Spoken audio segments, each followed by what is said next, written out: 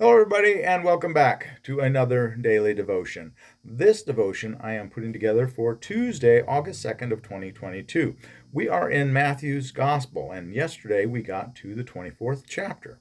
We talked about just two verses yesterday, but today we're going to look at verses 3 to 8.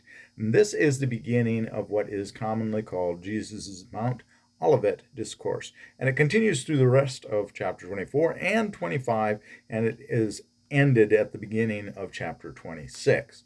The very first words of chapter 26 indicate the end of this discourse. So we're going to break it down a little bit. It's one that you could probably take all at one time if you really wanted to just get right through it. It's one we have to be careful of because this is commonly used with preaching of end times. And those that know me that I don't like, especially don't like, when people start saying this is the end times and soon it's coming, and especially if you give a date, then I really have a problem with you. Nobody knows but the Father, and we need to always remember that. And I think when Jesus starts this discourse, he gives you that caution, and we need to remember that. And I'll try to keep referring back to that caution as we go through, because one does want to sometimes get excited. We get excited about these big heady kind of things, and we want to jump to conclusions, if we will.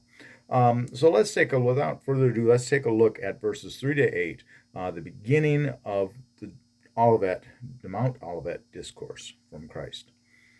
When he was sitting on the Mount of Olives, the disciples came to him privately, saying, "Tell us when this will be, and what will be the sign of your coming and of the end of the age." Jesus answered them, "Beware that no one leads you astray. For many will come in my name, saying, 'I am the Messiah,' and they will lead many astray. And you will hear of wars and rumors of wars. See that you are not alarmed, for this must take place, but the end is not yet.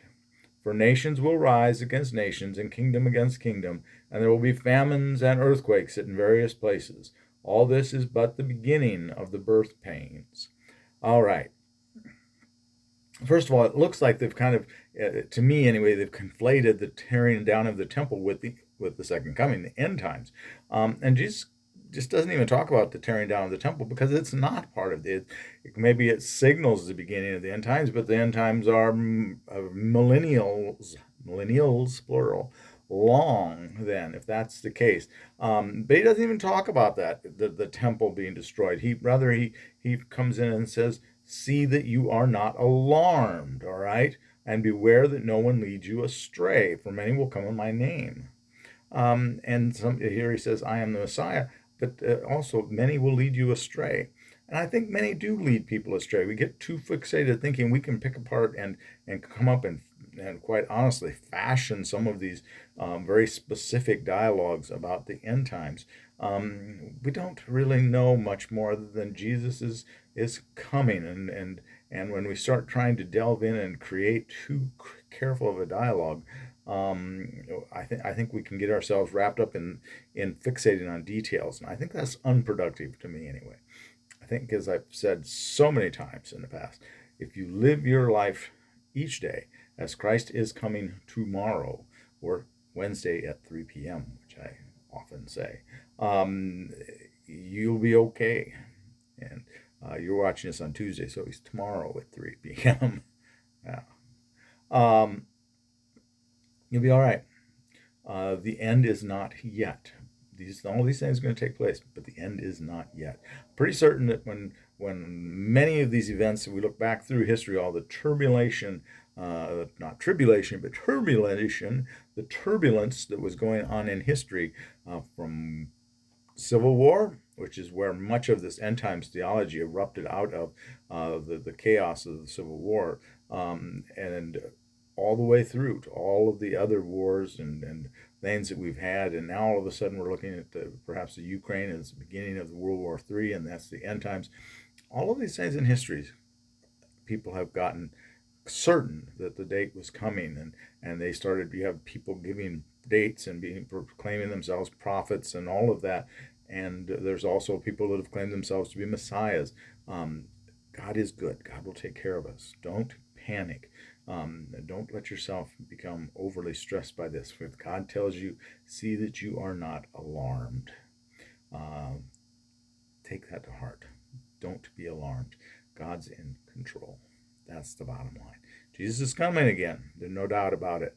We get too wrapped up in any beyond that, I start to lose, what do I want to say, confidence in you, because I start thinking that you are starting to perhaps trying to create some kind of your own movement, if you will.